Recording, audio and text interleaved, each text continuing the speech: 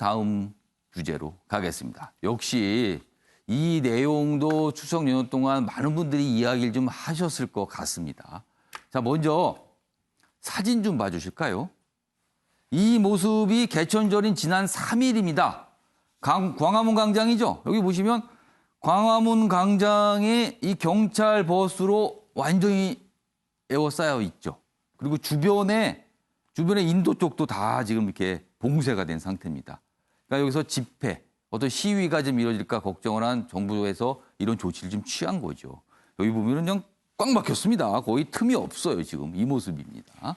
여기 보시면 헌재가 말한 마지막 수단, 차벽, 과연 불가피했나 이겁니다. 지금. 과연 이게 불가피했나라는 거죠.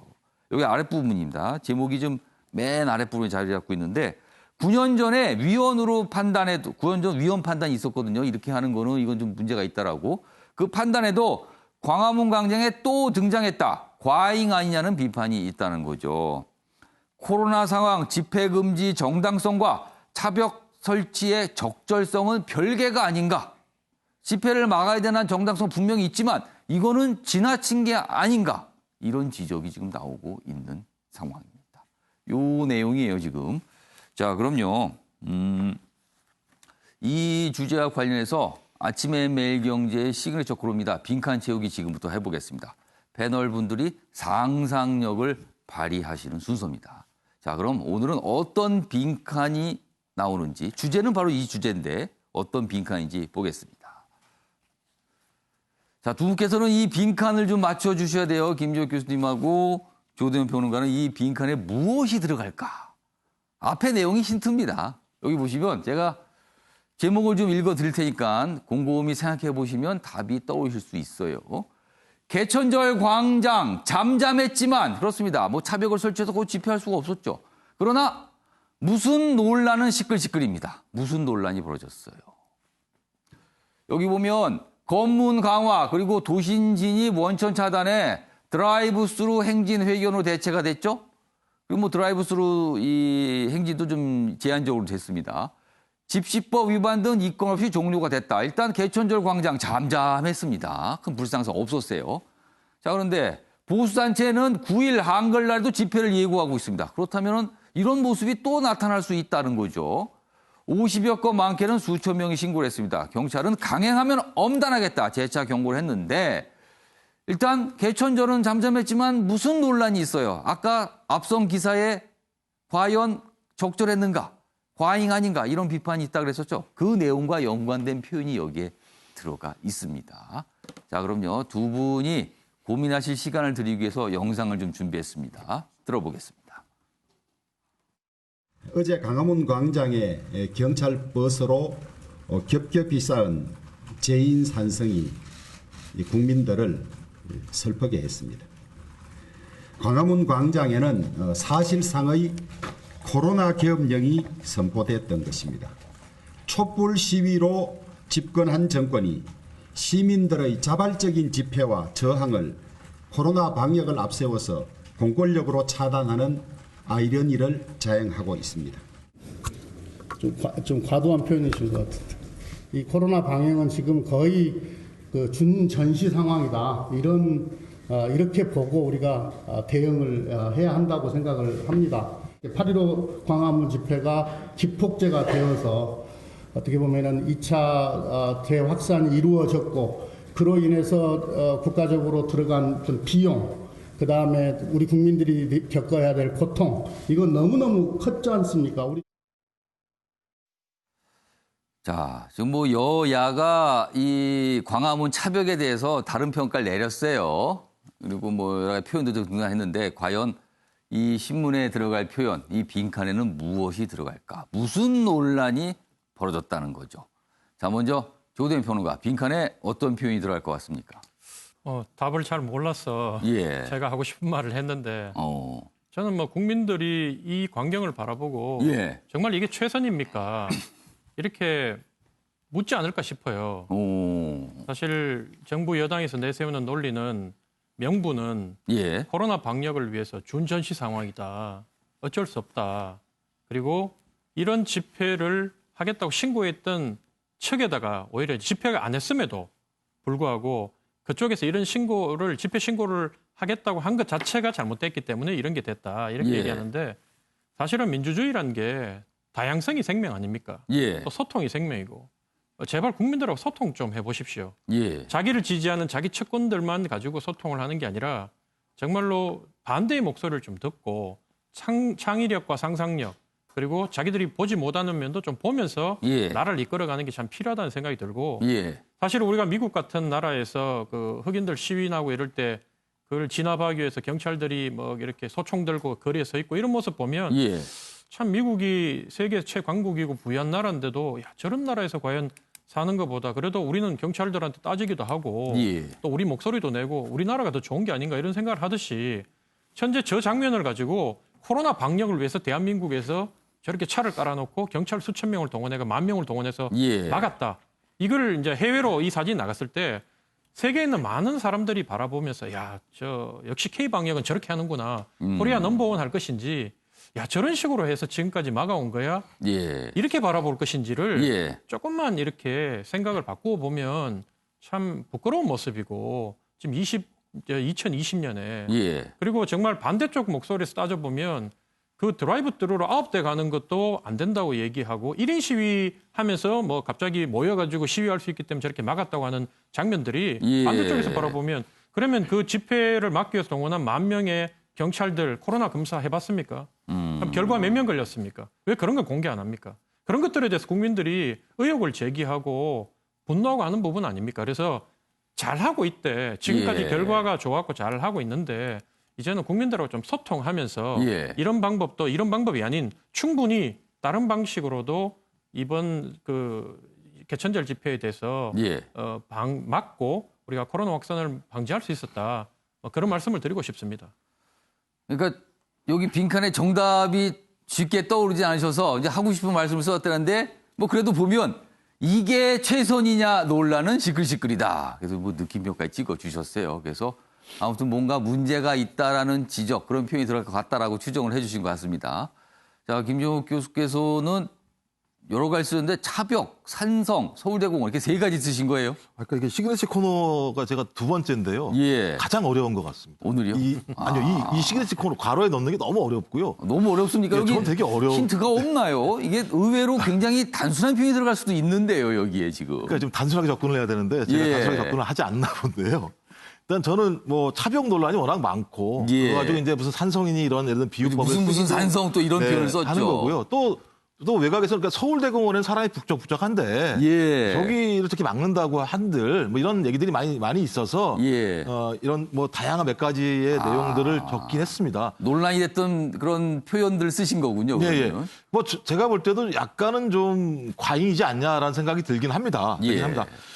그래서 이제 많은 분들이 왜 집회와 결사이자 저렇게 뭐 막느냐라는 말씀들이 있긴 하지만 뭐 그것이 헌법에는 그런 집회와 결사의 자유도 있지만 또 국민의 건강, 행복권이라고 명시되어 있기 때문에 저걸 막는 건 저분들이 저기에 와서 주장하는 정치 사회적인 주장을 막는 게 아니라 그것으로 발생할 감염에 대한 우려 때문에 막는 거기 때문에 이건 좀 별개로 볼 필요가 분명히 있다는 생각이 드는 거고요. 또 다른 시민들 뭐 기사를 보면 그런 게 있죠. 코로나19로 진짜 큰 일을 당한 분들 같은 경우도 시위 집회를 안 하는데 꼭 저렇게 할 필요가 있냐라고 하는 논란도 많고요. 저 사진 외에 보면은 저 집회에 참가하려고 하는 분들이 곳곳의 지역에서 예를 들면 경찰과 대치하는 상황들이 되게 많이 벌어졌어요. 그런 모습도 있었습니다. 네네. 그래서 이런 부분들이 감염에 대한 우려가 분명히 발생할 수 있기 때문에 상당히 제가 볼 때 10월 3일 날 집회 같은 경우는 좀 강력한 상징적 의미를 준 것 같다는 생각이 듭니다. 그리고 10월 9일 한글날 시위도 막겠다고 얘기하는데 제가 볼 땐 좀 정부 당국이 좀 유연한 대처를 할 필요는 분명히 있을 것 같아요. 왜냐하면 저런 모습이 주는 위압감이 분명히 있기 때문에 하지만 많은 국민들은 감염에 대한 공포를 더 많이 느끼고 있다는 측면에서 저런 조치들이 좀 불가피한 측면이 분명히 있다는 생각이 들고요. 또 하지만 그럼에도 불구하고 이런 논란들이 좀 발생하지 않게 할 수 있도록 정부가 좀 창의적인 방식을 좀 도입했으면 좋겠어요. 왜냐하면 저건 뭐 계속 몇 번 반복적으로 벌었던 방식이기 때문에. 과거에 이런 모습에서 그때마다 좀 지적을 받았죠. 맞습니다. 그래서 저는 뭐 그런 어떤 공포는 알겠습니다만 국민들이 납득할 만한 방식의 새로운 좀 어떤 집회를 막는 방법들을 좀 개발했으면 좋겠다는 생각이 들고요. 예. 그럼에도 불구하고 지금은 상당히 특단의 상황이고 위기의 상황이다. 그런 상황인 만큼 정부도 그럴 수밖에 없다는 측면들이 분명히 있기 때문에 좀 국민들께서 지금까지 예. 많이 양해해 주셨는데 조금 더 양해해 주시고 겨울에 또 어쩌면 또 새로운 대유행이 발생할 수도 있기 때문에 예. 우리 경제 그다음에 생계 그다음에 국민 건강을 위해서 조금 일정하게는 좀 이런 부분들에 대해서 더 양해해 주시면 좋지 않을까라는 생각을 하게 됩니다. 자, 그래서 김종욱 교수님께서는 차벽, 산성, 서울대공원 논란은 시끌시끌. 세 가지 표현인데 좀 세 가지가 다 들어가기엔 빈칸이 좀 작은 거 아닌지도 모르겠습니다만 정답 좀 확인해 보겠습니다, 그럼. 개천절 광장은 잠잠했지만 무슨 논란은 시끌시끌이었다. 정답 보여주세요. 자, 기본권 제한 논란입니다. 기본권 제한. 그러니까 여기서만 기본권이란 집회의 자유, 뭐 의사표현의 자유 이런 걸 말하는 거죠. 이게 봉쇄가 된 거 아니냐, 지나치게 막힌 거 아니냐. 그래서 기본권 제한 논란은 시끌시끌다. 이런 표현이 기사 제목에 좀 달려 있습니다. 이 얘기 윤경호 의원님하고 최영철 편집님께 짧게 좀 발언 기회 드릴게요. 윤경호 의원님. 여기 문제는 보면 9일 한글날 집회도 좀 예유가 돼 있어요. 그럼 이것도 정부 당국에서는 안 된다. 강경으로 대응하겠다라고 했습니다. 그럼 또 이런 모습인가요? 아까 김종욱 교수님께서 좀 더 좀 창의적인 모습이었으면 하는 아쉬움이 있다고 지적을 해 주셨는데. 저는 개천절 집회 처음에 논란이 됐을 때 열지 말자. 막는 게 맞다. 공공의 안녕 질서, 예. 방역 그렇게 생각했어요.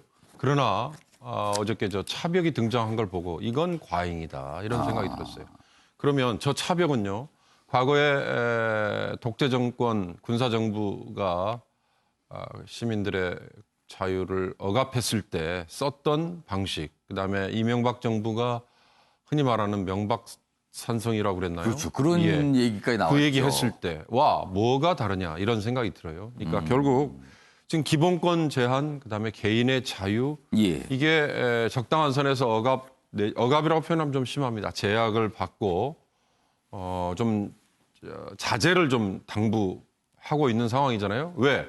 공공의 안녕과 질서, 우리 모두의 공동체 존립을 위해서 좀 더 이게 우선되니까 좀 참읍시다라는 건데 예. 이게 넘지 말아야 될 선이 뭐냐, 이게 불분명한 거예요. 그 결정을 누가 하느냐? 결국 정부, 국가가 하는데 이 정부와 국가가 그러면 선한 정부고 선한 국가냐.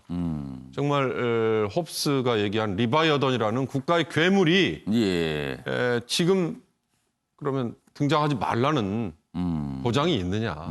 바로 저 차벽을 보면 조금만 더 판단을 잘못하거나 예. 의욕적으로 하다 보면 저런 게 나올 수밖에 없다. 저건 어찌 보면 아까 저는 우리 조대원 평론가가 하신 말씀이 딱 와닿았는데요. 중국이 처음에 코로나 발원지라고 얘기했을 때 굉장히 세계의 지탄을 받고 조롱을 받다가 예. 나중에 어느덧 확진자도 줄어들고 예. 발생자가 줄어들었잖아요. 그러나 중국의 방식은 완전한 격리, 뭐 봉쇄, 이건 뭐 자유주의 국가에서는 상상할 수 없는 방식을 다른 나라에서는 적용하기 어려운 방식이에요. 썼기 때문에 가능한 건데 그런 방식으로 할 거면 누가 못하겠느냐라는 얘기를 하지 않습니까? 대한민국도 잘했다고 하는 K방역이 저런 방식이었구나라고 하는 얘기 저도 갑자기 부끄러워지더라고요. 그런 점에서 이 넘지 말아야 될 선과 지켜야 될 선, 이게 정부나 시민이나 마찬가지다라는 생각이 들었습니다. 자, 최영철 편집위원은 어떻게 보셨어요? 전날 뭐 차벽만 보시는데요. 예. 전날 한강다리 곳곳에서 차량을 세우고 검문 검색을 했고요. 그렇습니다. 그리고 검문이 많이 광화문 있었어요. 일대에서 보행자들을 세우고 검문 검색을 했습니다.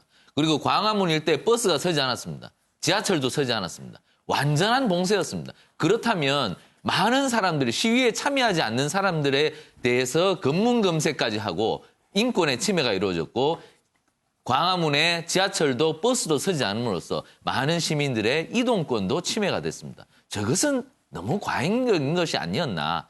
민주주의는 전진만 하는 것이 아니라 언제든지 퇴행할 수 있습니다. 그렇기 때문에 정부가 언제든지 편의적으로 퇴행하는 민주주의를 만들어낼 수 있기 때문에 우리가 두 눈 부릅뜨고 저런 거 봐야 된다. 저러한 우리의 권리가 있다. 우리는 표현할 수 있는 권리가 있고 시위할 수 있는 권리도 있다. 하지만 저렇게까지 봉쇄적으로 한다는 것은 민주주의의 퇴행으로밖에 볼 수 없다. 방역도 해야 되지만 민주주의도 지켜야 된다. 그것을 지금 집권 세력이 반드시 알아야 된다고 국민들은 이번에야말로 큰 경고를 날려야 되지 않나 저는 이렇게 생각합니다. 그러니까 아까 패널 분들 중에서 이제 한 분께서는 창의적인 방법, 이거 없을까? 그 부분 아쉽다. 그거 고민 좀 했으면 좋겠다라는데 9일 또 이제 집회가 예고돼 있으니까 아마 또 어떤 대책이 좀 있겠죠. 한번 기다려 보겠습니다. 어떤 대책이 나오는지요.